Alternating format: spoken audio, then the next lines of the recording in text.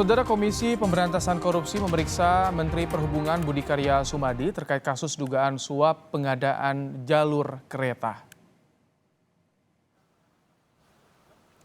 Hari ini, Menteri Perhubungan Budi Karya Sumadi bersama Sekretaris Jenderal Kementerian Perhubungan diperiksa sebagai saksi oleh KPK. Sebelumnya, Menteri Perhubungan Budi Karya Sumadi sudah dipanggil untuk pemeriksaan pada 14 Juli, namun berhalangan hadir. Menhub Budi Karya Sumadi diperiksa KPK untuk mendalami dugaan rencana pemberian 100 juta ke Dirjen Perkeretaapian Kementerian Perhubungan.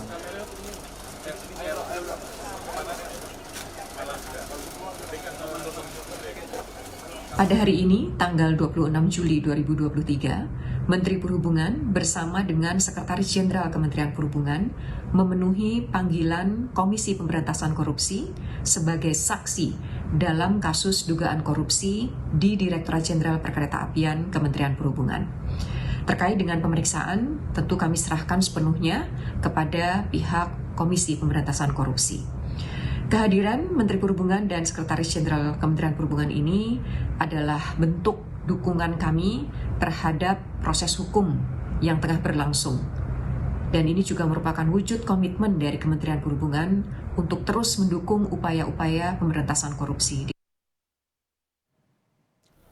Komisi Pemberantasan Korupsi telah menetapkan 10 orang sebagai tersangka dalam kasus dugaan suap pembangunan dan pemeliharaan jalur kereta api di lingkungan Dirjen Perkeretaapian. Dalam dakwaan terungkap jika uang suap yang diberikan terkait proyek jalur kereta api mencapai lebih dari 18 miliar rupiah. Dalam persidangan terungkap jika diduga ada rencana pemberian uang suap kepada sejumlah pejabat di Kementerian Perhubungan.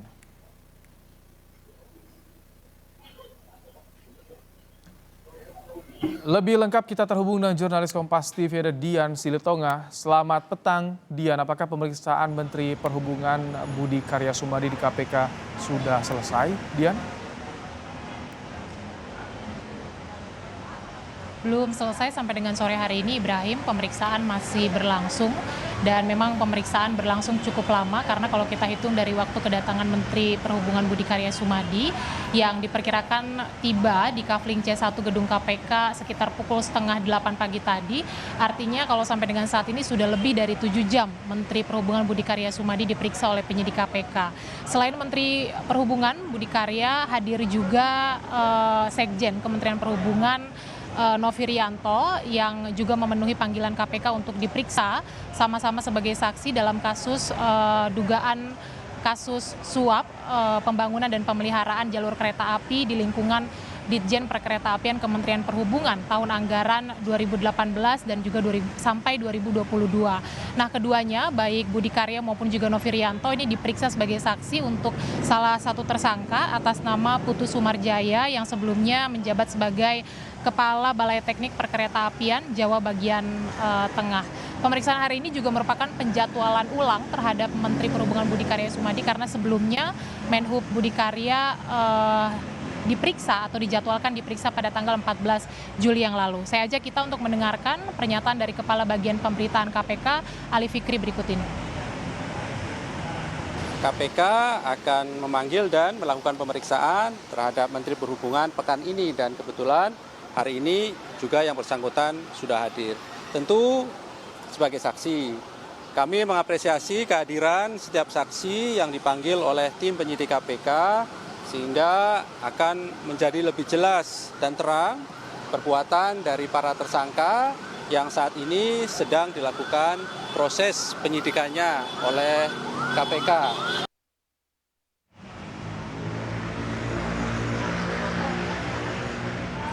Menjabat sebagai Menteri Perhubungan, tentu saja penyidik KPK ingin mendalami terkait pengetahuan Budi Karya Sumadi soal mulai dari perencanaan, pengadaan hingga pengawasan dari proyek pembangunan dan pemeliharaan jalur kereta api di lingkungan Ditjen Perkeretaapian Kementerian Perhubungan tentunya. Kemudian juga kalau kita ingat, Ibrahim, kasus ini bermula waktu KPK melakukan operasi tangkap tangan pada April yang lalu terkait dengan dugaan suap di lingkungan DJKA Kementerian Perhubungan.